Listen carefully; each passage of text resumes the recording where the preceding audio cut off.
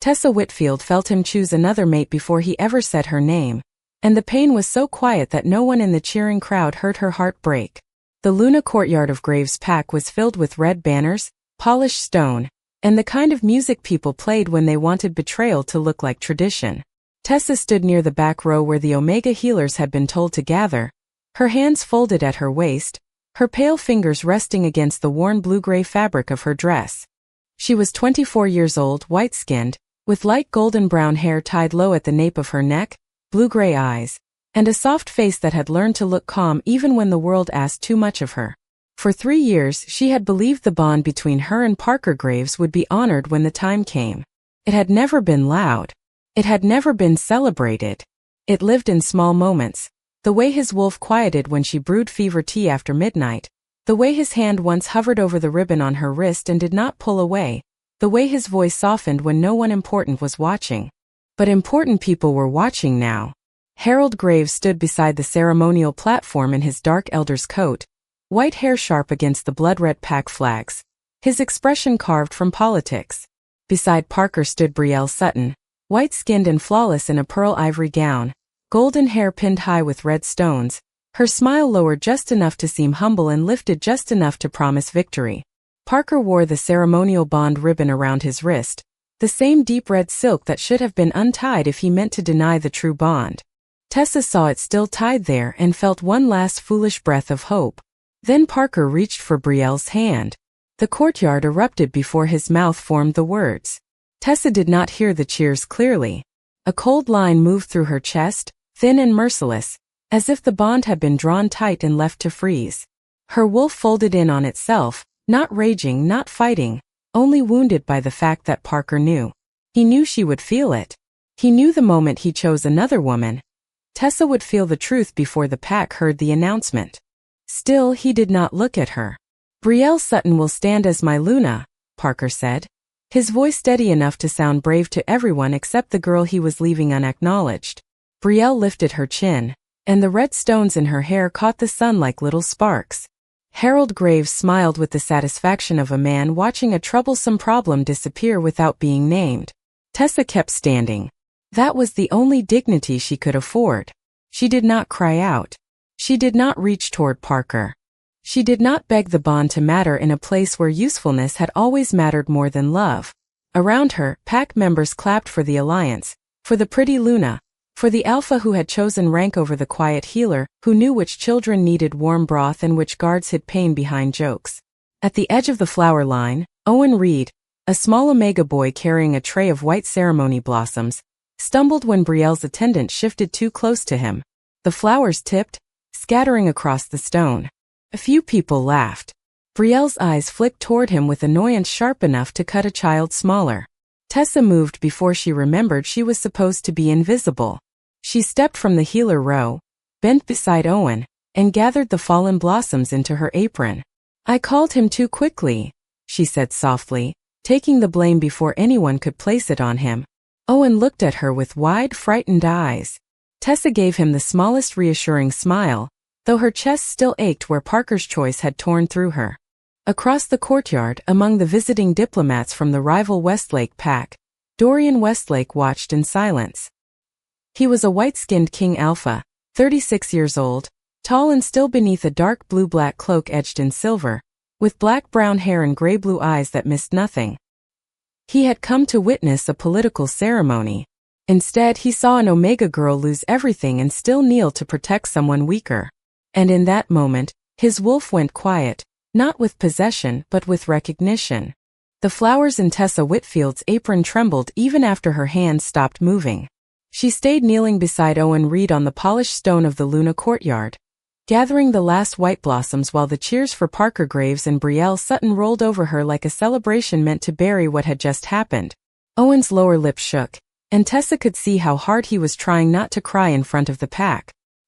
He was too young to understand ceremonial humiliation, but old enough to know when laughter had chosen him. Keep your eyes on the tray, she whispered, placing the flowers back carefully. They will forget the spill if we do not give them more to watch. Owen nodded, swallowing hard. But you did not call me. Tessa's chest tightened.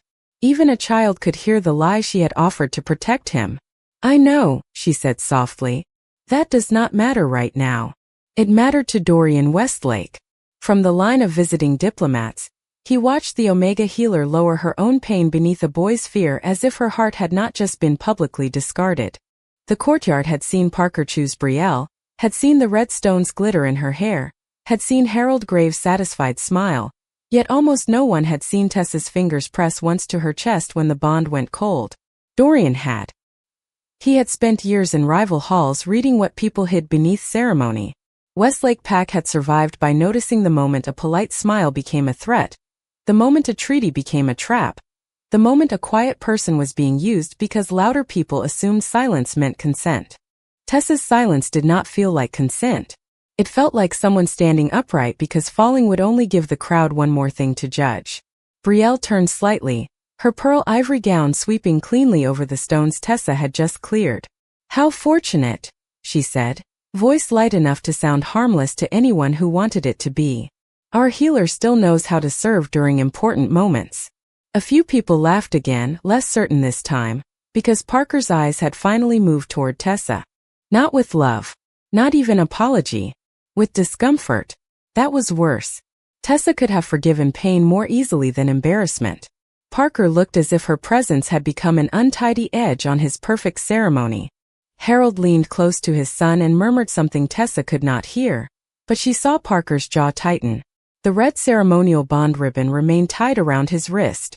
Tessa saw it and understood what he had not said. He wanted Brielle as Luna for alliance, but he wanted the ribbon hidden. The healer kept, the old bond unnamed so Graves' Pack would not lose the comfort of her hands.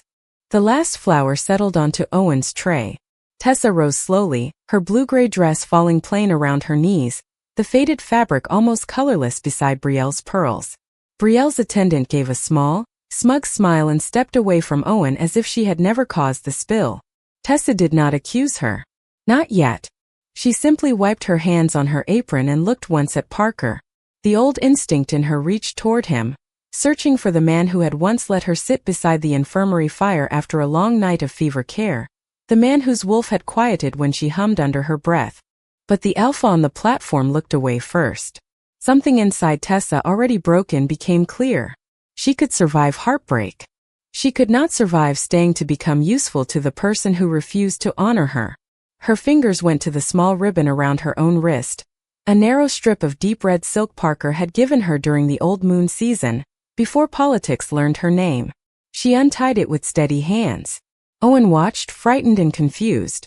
Mabel Cross, the older healer near the herb table, pressed one hand to her mouth as if she knew exactly what that ribbon meant. Tessa walked to the first step of the ceremonial platform. The cheers faded unevenly as people noticed her at last. She placed the ribbon on the stone, not dramatically, not angrily, only carefully, the way she placed herbs into a bowl when medicine had to be measured right. Parker stared down at it. Tessa, he said, too late and too softly. She lifted her eyes. You chose your Luna, she said. I am choosing not to watch myself disappear. Then she turned from the platform and began walking toward the gate. Dorian Westlake stepped from the diplomat line, not to claim her, not to touch her, only to match her direction at a respectful distance. Do you need a safe road? He asked. Tessa did not look back at the ceremony. Yes, she said. And for the first time that day, the word felt like it belonged to her. The gate of Graves' Pack stood open, but walking toward it felt like crossing water with stones tied to her heart. Tessa Whitfield kept her steps even, her light golden brown hair brushing the back of her neck, her blue-gray eyes fixed on the road beyond the courtyard because looking back might turn pain into hesitation. Behind her, the ceremony she had served for weeks was coming undone in whispers. The music faltered. The applause thinned. Pack members shifted from celebration to gossip with the quick cruelty of people who preferred scandal to truth. Dorian Westlake walked several feet to her right, close enough to make the crowd think twice, far enough that Tessa did not feel guided like someone who had lost the right to choose her own direction. He wore a dark blue-black cloak edged in silver over a fitted coat of the same deep shade. His black-brown hair swept back, his gray-blue eyes calm beneath the weight of every stare Graves' Pack aimed at him. Rival alpha. Guest diplomat. The one man in the courtyard Parker could not command without turning embarrassment into conflict.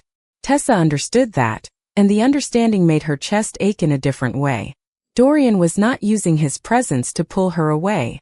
He was using it to give her room to keep walking. "Tessa," Parker called again.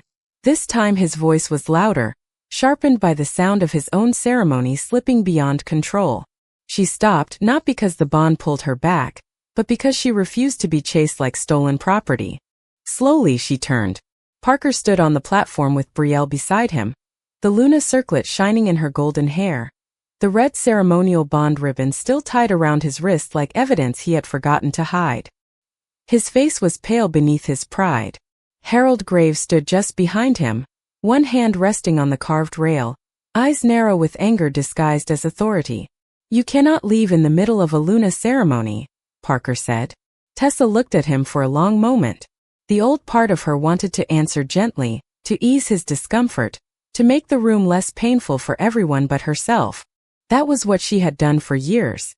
She had brewed fever tea while others slept, mended torn sleeves for guards who did not know her name, stayed late in the infirmary because Parker trusted her hands even when he would not honor her heart. But the small red ribbon on the stone step had taken the last of that old obedience with it. "I am not leaving your ceremony," she said softly. "I am leaving the place you gave me in it."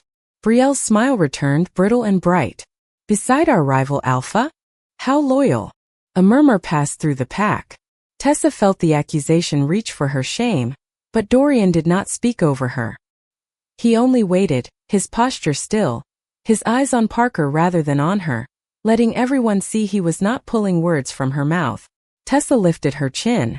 Loyalty is not standing quietly while someone uses your bond for comfort and chooses another woman for honor. The courtyard went silent enough for the banners to be heard in the wind. Parker flinched. Harold stepped forward. "That is enough. You are an Omega healer of Graves' pack. You do not walk out under Westlake protection because your feelings were disappointed." Mabel Cross moved near the herb table, her lined face tense with worry.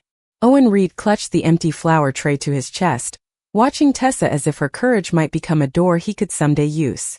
Tessa saw him and did not let Harold's words bend her. "My feelings were not disappointed," she said. "My bond was denied in public and kept in private so I would remain useful." Parker's eyes dropped to the ribbon on his wrist. Brielle noticed and looked at it too, and for the first time victory left her face. Dorian finally spoke, his voice low and even. "If the Alpha has chosen his Luna, then the healer is free to choose her road." Harold's stare cut toward him. "This is not Westlake territory." "No," Dorian said. "But dignity is not territory." The words settled over the courtyard with quiet force. Tessa turned back toward the gate before anyone could turn her pain into debate. This time when she walked no one laughed. The road beyond Graves' pack waited cold and uncertain, but it was hers and Dorian Westlake walked beside it like a boundary no one else could cross without her consent. The road outside Graves' pack curved through low hills and wind-bent grass, but Tessa Whitfield did not let herself look back until the red banners had disappeared behind the trees. Only then did her knees threaten to weaken. She stopped beside a stone marker half a mile from the gate, one hand pressed against her chest where the old bond still ached like cold water trapped beneath her ribs. Dorian Westlake stopped too, keeping several feet between them, his dark blue-black cloak moving quietly in the wind. He did not ask if she was all right. Tessa was grateful for that. People asked that question when they wanted a simple answer, and there was nothing simple inside her. Parker had chosen Brielle before the pack. Harold had tried to turn her pain into disobedience. The courtyard had watched her walk away as if she had become a rumor before she had even reached the road. "I can call for a carriage," Dorian said after a moment. His voice was calm, low, and careful. "Or we can keep walking until the next shelter. You do not have to decide quickly." Tessa looked at him then. Up close, he looked less like the rival Alpha Graves pack whispered about, and more like a man who understood the danger of standing too near someone whose life had just split open. He was white-skinned, 36, tall and broad-shouldered, with black-brown hair brushed back by the wind and gray-blue eyes that watched without taking. "Why are you helping me?" she asked. The question came out thinner than she wanted. Dorian's gaze did not soften into pity. It steadied. "Because you were the only person in that courtyard who lost something and still protected someone smaller." Tessa looked away before the words could reach too deeply. Compliments felt unsafe when her heart was raw. Owen should not have been blamed. No, Dorian said. And neither should you. A sound came from the road behind them, faint at first, then sharper. Hurried footsteps, voices, the metallic clink of ceremony ornaments moving too fast. Tessa turned as Parker appeared at the bend with Harold Graves, and 2 senior pack witnesses behind him. Brielle followed a few steps later, her pearl ivory gown gathered high enough to keep it from the dirt, red stones flashing in her golden hair. Her beautiful face had lost its easy victory. Parker's eyes went first to Tessa, then to Dorian, and the anger there was tangled with something too late to call love. You are not leaving with him, Parker said. Tessa felt Dorian shift beside her, not forward, not between them, only alert. She lifted one hand slightly, and he remained still. The choice gave her courage. I am leaving Graves' pack, she said. Where I go after that is not yours to decide. Harold's mouth tightened.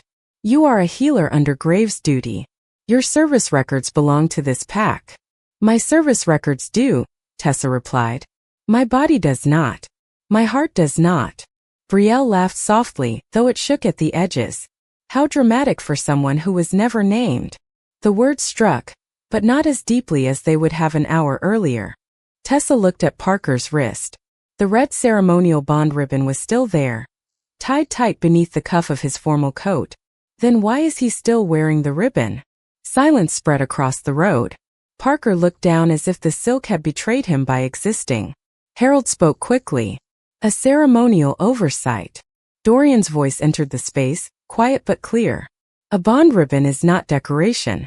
If he chose another Luna while keeping it tied, then he intended to keep one woman for ceremony and another for comfort. Parker's face flushed. This is not your pact matter. It became a council matter the moment you tried to restrict an Omega's freedom, after publicly choosing someone else. Tessa felt the old ache shift again, not gone but no longer hidden. Mabel Cross came hurrying from the gate then, breathless, her healer's shawl pulled around her shoulders. In one hand she carried a small ledger wrapped in cloth. I have the infirmary records, she said, voice trembling but firm. Tessa served every full moon fever, every winter cough, every border injury. Parker knew the bond signs. Harold knew too. They told us to keep her listed as assistant healer so no one would ask why the Alpha visited the infirmary at night. Parker closed his eyes. Brielle went very still. Tessa's throat tightened, not from shame now, but from the pain of being proven real. Dorian looked to Tessa, not the ledger. Do you want those records heard? She breathed once slowly. The wind moved across the road, carrying the last distant sounds of the broken ceremony. Yes, she said. But not to win him back. Her eyes moved to Parker, and this time she did not look away. To make sure no Omega healer is ever kept as a secret because her kindness is useful. Dorian nodded and something warm stirred beneath Tessa's wounded bond, not claiming her, not rushing her, only recognizing the shape of her choice. The road ahead remained cold and uncertain, but behind her, the truth had finally begun to follow. The road beyond Graves' pack became a place of testimony before it became a path to freedom. Mabel Cross stood near the stone marker with the infirmary ledger clutched against her healer's shawl, her lined face pale from the effort of running after them, but her eyes clear in a way Tessa Whitfield had never seen during the long years of quiet service. Parker Graves looked at the ledger as if it were more dangerous than any accusation spoken aloud. Harold Graves' expression hardened into the cold patience of a man searching for the right rule to silence the wrong truth. Brielle Sutton stood slightly apart, pearl ivory gown bright against the muted road, red stones in her golden hair catching the weak afternoon light, her victory no longer clean because the ribbon on Parker's wrist had turned from ornament into evidence. Tessa stood with the wind pressing her blue-gray dress against her knees, light golden-brown hair tied low, blue-gray eyes steady despite the ache that still lived beneath her ribs. Dorian Westlake remained a respectful distance beside her, his dark blue-black cloak edged in silver moving with the grass, his gray-blue eyes watching the people who had confused ceremony with ownership. He did not reach for Tessa. He did not claim her pain as his reason to act. He only made sure no one crowded the space where her voice was returning. Mabel opened the ledger with careful hands. For 2 years, she said, Tessa covered the night fevers, the winter lung sickness, the full moon weakness among the children, and the Border Patrol recoveries. Parker asked us not to record under his name. Parker's jaw tightened. Mabel. The old healer did not flinch. No. I kept quiet because I thought I was protecting the pack. But silence only protected the people who used her. Tessa's eyes burned and she blinked once, refusing to let tears become the story. She remembered those nights. Parker arriving after midnight with worry he would not show by daylight, Harold sending extra guards to the infirmary door so no one would gossip, Brielle's family praised in council while Tessa washed fever cloths until dawn. She had mistaken secrecy for tenderness because it was all she had been given. Dorian looked at Parker's wrist. Untie the ribbon. Parker's eyes flashed. You have no authority over my bond rights. Then call your council elder, Dorian said evenly. Or ask the witnesses already standing here whether an alpha may select a Luna in public, while keeping a private bond marker tied for another Omega. Harold stepped forward. The ribbon is symbolic. Tessa's voice rose before fear could fold it back. Then it should not hurt when he pulls away. Everyone went still. She had not meant to say it so plainly, but once the words left her, they gave shape to the pain she had carried in silence. Parker looked at her then, really looked, and the shame in his face came too late to be healing. Tessa, I was going to explain. She almost smiled, but it would have been too sad. After Brielle wore the Luna circlet? After the pack learned to clap over my name? After I went back to the infirmary so no one lost the healer who made your choice comfortable? Brielle's mouth tightened. You speak as if kindness gives you rank. Tessa turned to her. No. I speak because kindness should not make me easy to keep. The sentence settled on the road like a quiet bell. Owen Reed had followed with Mabel and stood behind her now, still holding the empty flower tray. His eyes were wide, and Tessa realized he was hearing the kind of truth children remembered. Not angry truth. Clean truth. Dorian looked to the witnesses, then to Parker. She is leaving under Westlake escort if she chooses it. Not as a prize. Not as revenge. As a free Omega who has been publicly denied by the Alpha, who once carried her bond marker. Parker's hand moved to the red ribbon. For one breath, he seemed unable to untie it, not because he loved her enough to keep it, but because letting it go would prove he had wanted both honor and comfort without paying the cost of either. Finally, under every watching eye, he loosened the knot. The silk fell into his palm. Tessa felt the old bond ache sharply, then release into a hollow quiet. She swayed once and Dorian's hand lifted a fraction, ready only if she asked. She did not fall. Mabel stepped closer instead, steadying her with the familiarity of healer to healer. Tessa breathed through the emptiness and found, beneath it, something astonishing. Space. Harold looked furious. Brielle looked uncertain. Parker looked smaller than the memory she had loved. Dorian's gaze remained on Tessa. Do you still want the records heard by council? He asked. Tessa looked back toward the red banners hidden behind the trees, then toward the road ahead. Yes, she said. And I want Owen and every Omega healer named in them protected. Dorian nodded. Then we begin there. For the first time since the courtyard erupted in cheers for another woman, Tessa felt the next step belonged to her. Westlake Pack's temporary council shelter stood at the crossing road between rival territories, a square stone building with blue-black banners and a long room warmed by a single hearth. Tessa Whitfield entered beneath those banners with Mabel Cross on one side and Owen Reed close behind, still clutching the empty flower tray as if letting go of it would make the whole day less real. Dorian Westlake walked ahead only far enough to open the door and make sure the room was safe, then stepped aside so Tessa could enter by her own choice. That simple movement nearly undid her. All her life, people had opened doors for ceremonies, duties and sick rooms, but rarely for her. Inside, 2 Westlake scribes waited at a plain table with fresh parchment, black ink and a council seal. No throne. No raised chair. No place designed to make her feel small. Tessa stood near the hearth in her worn blue-gray dress, light golden-brown hair tied low, blue-gray eyes tired from heartbreak but clearer than they had been in the courtyard. The ache where Parker's bond had released still lived in her chest, hollow and cold. Yet beneath it was the strange relief of no longer being pulled toward someone who had chosen to hide her. Mabel placed the infirmary ledger on the table.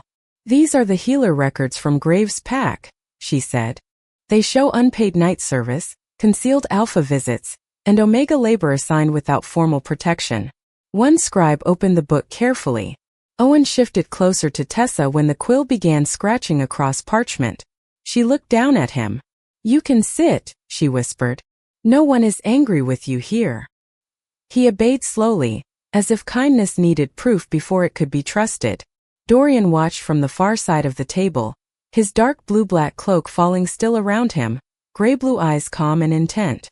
"The council will receive the record tonight," he said. "I will request immediate protection for the Omega healers named in it." Tessa's fingers tightened. "Request." He turned to her fully. "I can make an emergency claim as Westlake Alpha, but I will not put your name beneath it without permission." The room went quiet around her. Permission.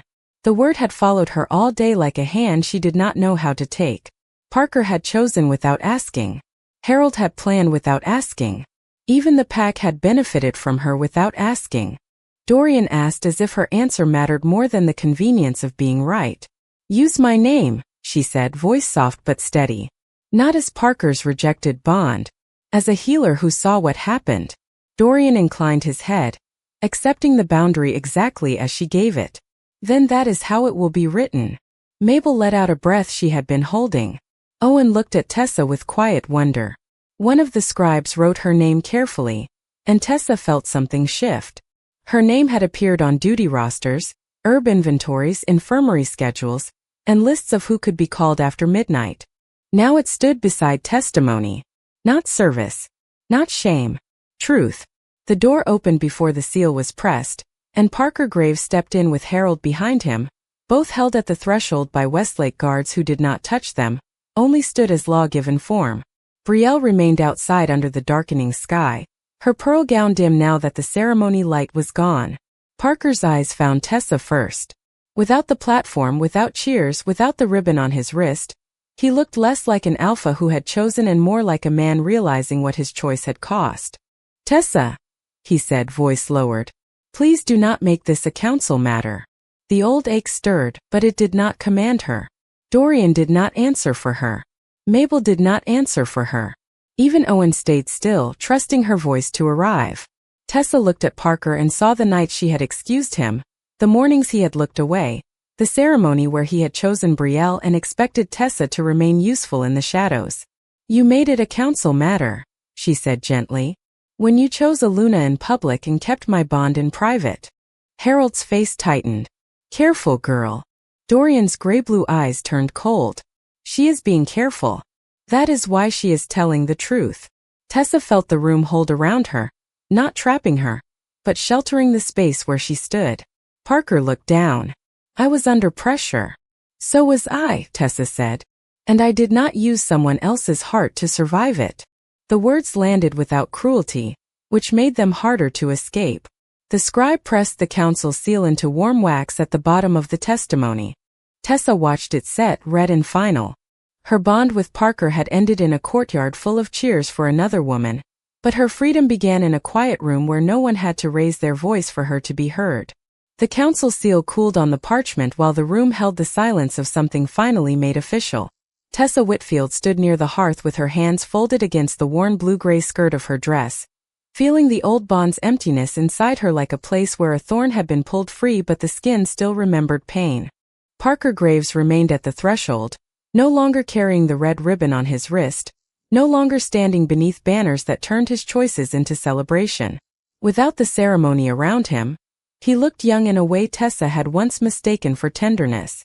Harold Graves stood behind him with his elder's coat buttoned high, anger polished into dignity, while the Westlake guards held the doorway with quiet law rather than force. Dorian Westlake did not move closer to Tessa. He stood beside the plain council table, black-brown hair shadowed by firelight, gray-blue eyes steady, his dark blue-black cloak edged in silver falling still around his shoulders. The room belonged to Truth now, and he seemed careful not to make it belong to him. Parker looked at the sealed testimony, then at Tessa. "I did care for you," he said. The words reached her with less power than she expected. A few hours ago they might have broken her open. Now they only made her tired. I know, she answered softly. That was why it hurt. Brielle Sutton appeared in the open doorway behind Harold, the pearl ivory gown she had worn like victory now catching only the last gray light from outside. Her golden hair remained perfect, but her expression had changed. She looked at the sealed record, at Mabel Cross standing beside Tessa, at Owen Reed sitting near the hearth with the empty flower tray in his lap, and for the first time she seemed to understand that the ceremony had not made her look chosen. It had made everyone else look used. This will damage Graves' pack, Brielle said. No, Mabel replied, her old healer's voice firm. What damaged Graves' pack was asking healers to carry its secrets. Harold's eyes narrowed. You forget who protected your infirmary for 30 years. Mabel lifted her chin. I remember who worked it. Tessa did. Tessa felt the words settle around her shoulders, not as praise but as proof. For years, her labor had been quiet enough to disappear into the walls. Now someone had named it where Parker could not look away. Dorian turned to the scribes. Send copies to the Boundary Council and Graves Pack's Elder Board. Until the hearing, all Omega healers in Graves territory are under temporary Westlake witness protection by treaty right. No healer may be dismissed, confined, reassigned, or publicly shamed for appearing in these records. Harold stepped forward, stopped by the guard's stillness more than their bodies. You would interfere with another pack over an emotional grievance? Dorian's voice stayed level. A hidden bond marker, concealed labor, restricted movement, and coercive duty records are not an emotional grievance. They are a pattern. Parker looked down at his hands. Tessa watched him, waiting for the old ache to ask for him again. It did not. What remained was grief, but grief had edges. It did not bind her. Owen rose from the bench with the tray held carefully against his chest. Does that mean Miss Tessa does not have to come back if she does not want to? The question was small, but it cut through every title in the room. Dorian looked to Tessa, leaving the answer where it belonged. She knelt slightly so Owen did not have to look up so far. It means I get to choose, she said. Owen's face softened with a relief that nearly undid her. Good. Brielle looked away. Parker closed his eyes. Harold said nothing. In that quiet, Tessa realized the day had changed shape again. She had not walked away to punish Parker. She had walked away because staying would have taught Owen, and every Omega watching from the shadows, that love meant accepting a smaller place when power asked nicely. Dorian stepped to the side door and opened it to the evening road. Westlake territory is 2 miles from here, he said. There is a healer's house near the first ridge. You may rest there tonight if you choose. Mabel and Owen may come as witnesses under protection, or return with escort if that is what they want.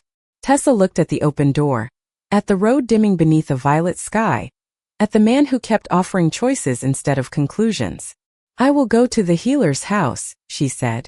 Then she looked to Mabel and Owen. Only if they are safe. Dorian inclined his head. They will be. Parker's voice came once more, rougher now. Tessa.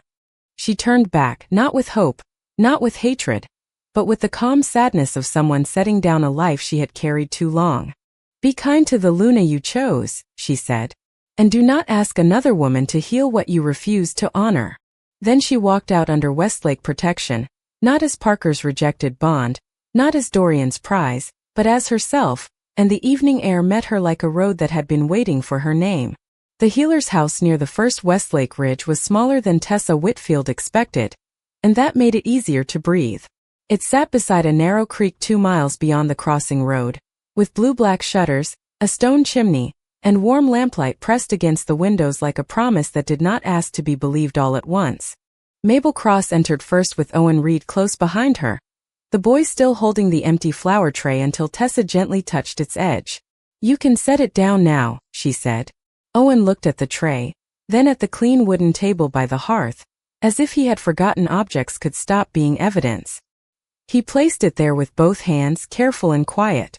Dorian Westlake remained near the doorway until everyone was inside, his dark blue-black cloak edged in silver dusted with road mist, his black-brown hair wind-touched, his gray-blue eyes checking the room once before returning to Tessa. There are 2 bedrooms, he said. Mabel and Owen can take the back one. You may take the front room, or the hearth bench if walls feel too close. A guard will stay outside, not inside.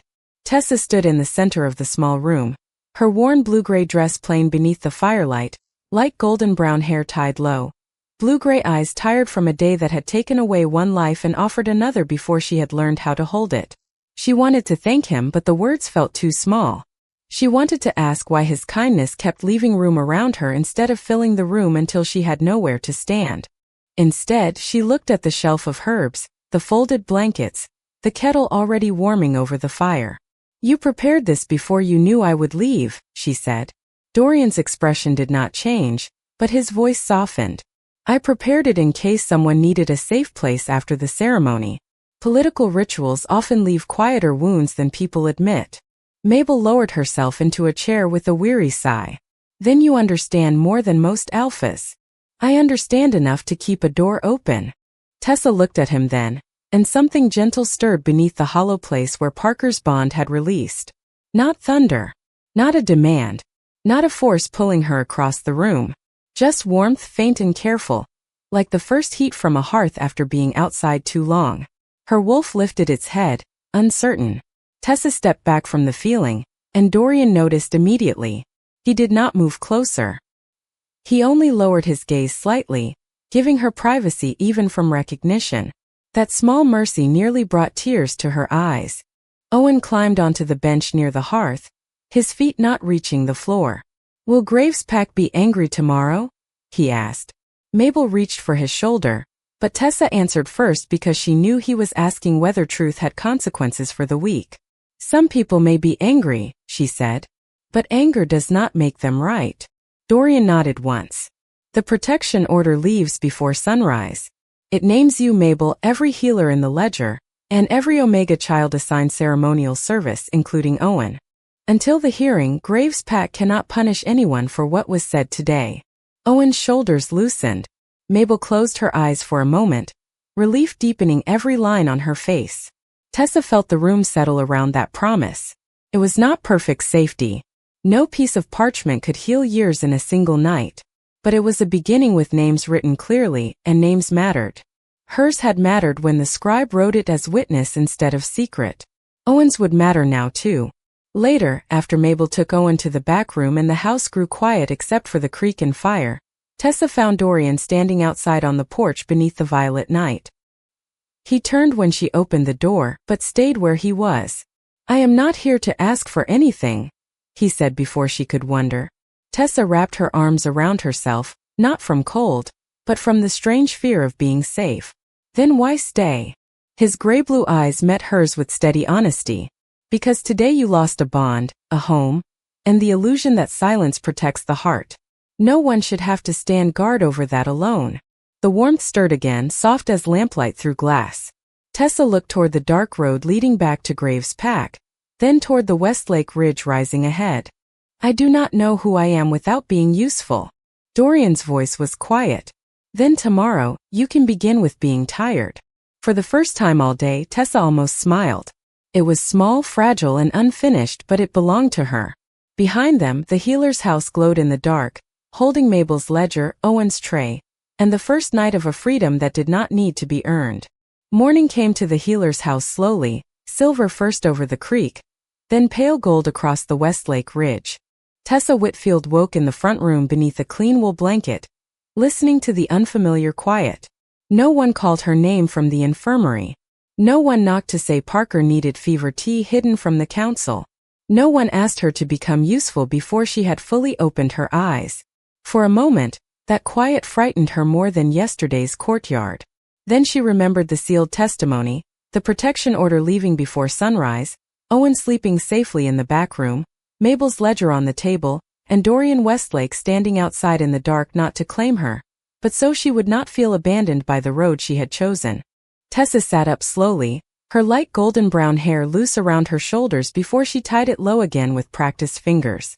Her worn blue-gray dress had been brushed clean by Mabel sometime before dawn, and the sight of that small kindness made her chest tighten.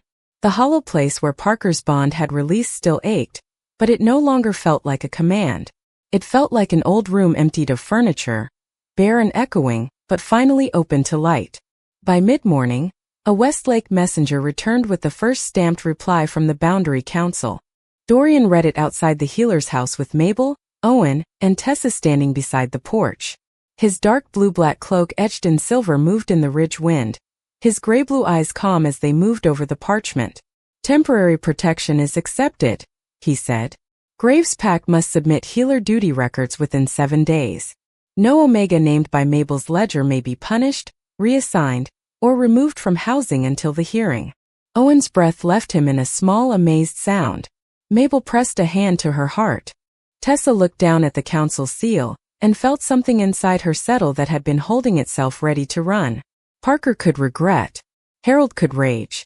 Brielle could pretend victory had not soured in her hands. But the truth was written now, and it had traveled beyond the reach of one courtyard. Dorian handed the parchment to Tessa first. "You should read it before anyone else decides what it means." She took it carefully. Paper had carried so many quiet harms in her life. Duty rosters, hidden infirmary notes, ceremony lists where her name never rose above service. This paper did something different. It named people to protect them. It made room where there had been only use. Tessa read until her eyes blurred, then lowered the page. "I want to help Mabel prepare the full record," she said. "Not today if you need rest," Dorian answered. She looked at him, surprised by the answer, then almost smiled. "Tomorrow, then." His expression softened. "Tomorrow is yours." The words warmed her more than praise would have. Later, when Owen and Mabel went inside to make tea, Tessa walked with Dorian along the creek behind the healer's house. They stayed side by side with a careful space between them, boots moving over damp grass, morning light touching the water. The warmth she had felt the night before returned, soft and steady beneath her ribs. Her wolf lifted toward it, cautious but unafraid. Dorian stopped when she did, waiting as if he understood that destiny meant nothing if it arrived before consent. "I feel something," Tessa said, voice barely above the creek. "But I am afraid of mistaking rescue for a bond." Dorian's gray-blue eyes held hers with quiet honesty. "Then we do not name it today." She breathed in, and the fear loosened because he did not reach for certainty where she needed time. "And if it grows? Then it grows where you are free to step away."